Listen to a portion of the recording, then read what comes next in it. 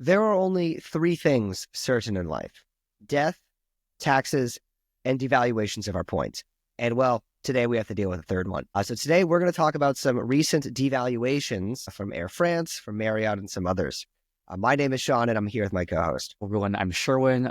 Today on the Credit Card BS podcast, we bring to you some bad news, but it's sort of expected at this point. If you've been in points and miles, devaluations. Let's start with Marriott. Marriott, we're getting Bonvoyed all over again. What's new? Welcome to 2025. So let's kind of rewind, set the stage with some background about Marriott. There used to be an award chart. Great. We know how many points a thing costs based on the category. Then they're like, okay, we're getting rid of the award chart, but we're still going to keep the bands. So between the low peak and the high peak range from the old award chart, that's still going to carry over. It could just be any point value within that band. And then they took out the award chart and still kept those bands. And then they actually got rid of the bands, but they kept a ceiling on the number of points they can cost on the very high end. And today, in the latest episode of the saga, that ceiling is gone. A Marriott's redemption can now cost up to 236,000 points per night. Wow, and they did not even give notice of this change to their loyal members before making it. Sean, first impressions, thoughts? Yeah, I mean, it's interesting because even if we go all the way back when we were young people, when they had the award chart, right? Before any of this happened, it wasn't even that good of an award chart.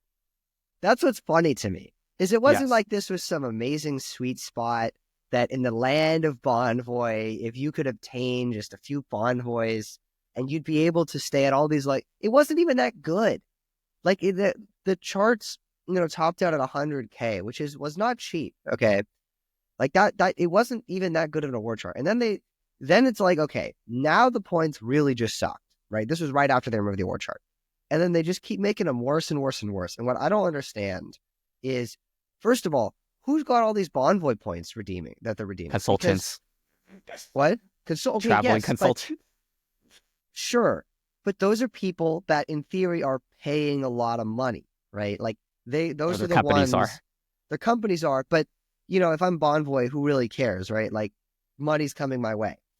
So these aren't even like points optimizers that are like hacking this system, that are like, oh, I just got like 50 Bonvoy credit cards, right? That's not really happening. These are people that are actually like spending money to, their company, whatever. They're spending money with Marriott. That's one.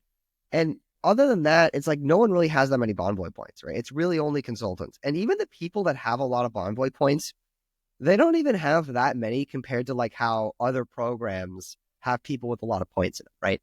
I'm sure there's quite a lot of people with like multiple 7-figure balances of Hyatt points, right? Those people could spend a lot of nights at Hyatt.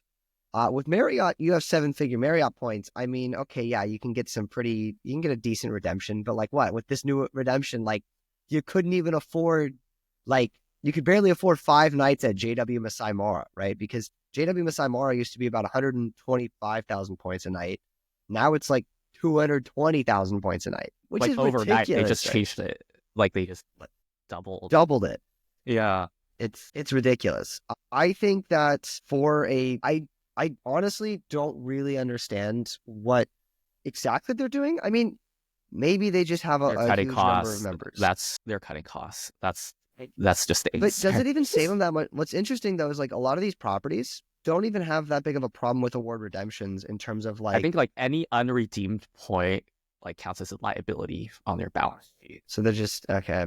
I mean, I get that. It's just like, damn, like they're really like, why even have points at this point, right? Let's just make it every redemption costs all your points. Yeah. I don't know. I mean, what do you think, Sherwin? I mean, I relate to the nihilism. I have, first of all, the SPG merger with Marriott is one of the greatest tragedies of points and miles history. Let's just put it that way. SPG used to have a war chart that was better than Hyatt's, like significantly better.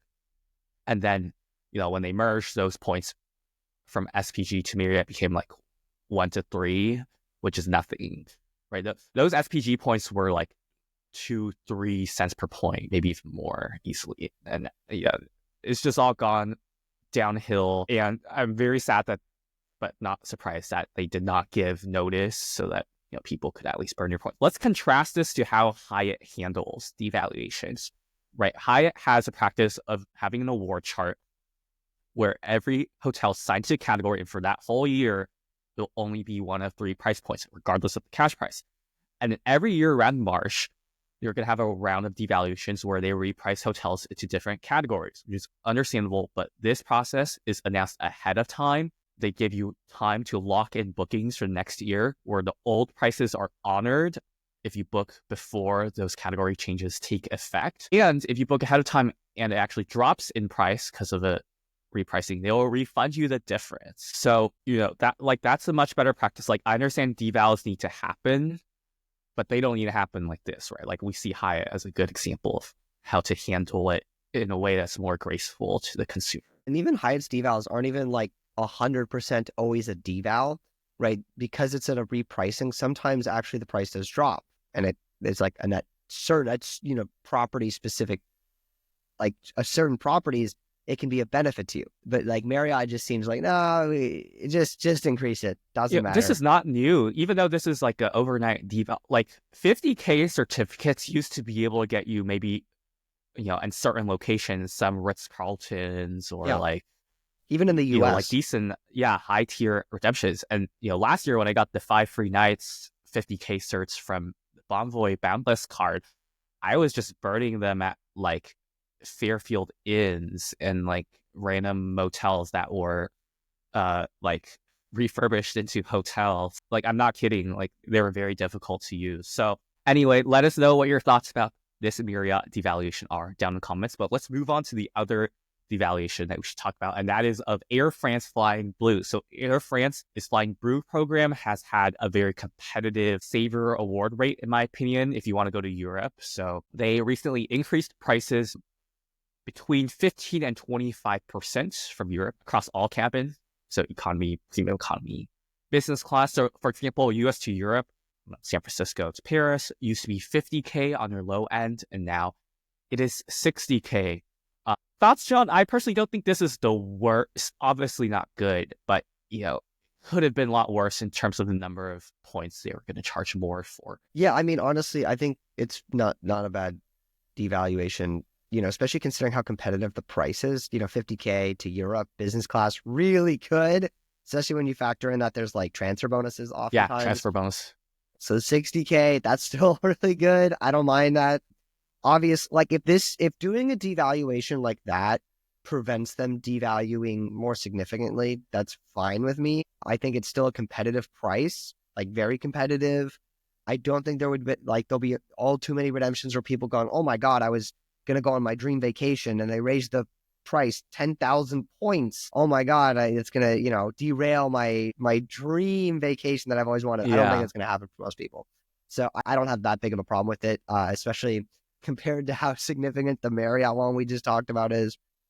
This seems like nothing. Yeah, I agree. It's not as bad, but I did find this very interesting. So the president of Fly Blue gave a quote, and it said, by rebalancing the entry-level pricing, we were able to significantly increase entry-level award availability, making it easier for members to book flights at the lowest mileage levels. While I can certainly appreciate that nobody likes price increases, the reality is this change ensures better access to rewards for all our members, avoiding the frustration seen in some programs where limited availability, be it award tickets, upgrades, etc., undermines member benefits.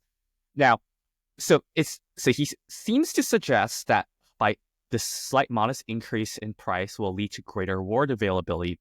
Now, I'm not sure if this means A, that they're actually going to increase the number of seats and create more award availability, or if B, he's just making a general economic argument that the more expensive something is, the fewer people redeem for it, and therefore there's more availability. What's your interpretation of this, Sean? Because I have a suspicion that they're really not going to increase award availability. They're just using this argument saying, oh, it's more expensive, so fewer people redeem, so it's less competitive. Because I think the statement is purposefully worded, and ambiguously enough. Yeah, I mean, I wouldn't be surprised either way if they did add more seats. I don't think it would be some like significant amount that would like fundamentally change the what it feels like to be the member trying to redeem. I don't think it's going to be the case that like, oh, there's now like 4 extra seats per flight or something, and I feel like it's just so much easier to redeem. Yeah, I could see it going either way, but I don't really buy that. I mean, okay, in theory, right? If that was like what happened, that wouldn't be so bad. But people have a lot of points, and going 50 to 60,000, I don't know if that's going to really like restrict the number of people that are redeeming that significantly. Usually if if I was at like 50,000 points and now it costs 60, well, most people have a way to earn 10,000 extra points if they really want to do that redemption, right? They can transfer in from one of the credit card programs. And so I don't think it's really going to fundamentally change much. I could be wrong, but I don't think Yeah, it's I going mean, to, yeah. I mean, my thing is just if you're actually going to increase award availability, I think it could be a good trade-off to pay 10,000 more points, for example, for this redemption, but then actually be able to redeem for more seats. But if this is just corp speak, like make the general economic argument of fewer people redeeming, but they're not actually changing the award availability, then it's just a BS reason to justify devaluations, which is Yeah. cutting costs. So at the end of the day, what do you all think of the Air France and the Marriott devaluations and changes? Any other devaluations you think we should cover? Please leave them in the comments down below. If you enjoyed today's video, please give it a thumbs up and subscribe to our channel. It greatly helps support us. Also, greatly helps support us is using our referral links down in the description below if you're interested in any credit card. Sean, why don't you plug our Discord? So if you want to connect with an elite group of award travelers and credit card enthusiasts entirely for free, check out the Travel Lane Discord group at the link in the description. You'll learn a ton, I promise you. Thank you so much for watching, and we will see you next week.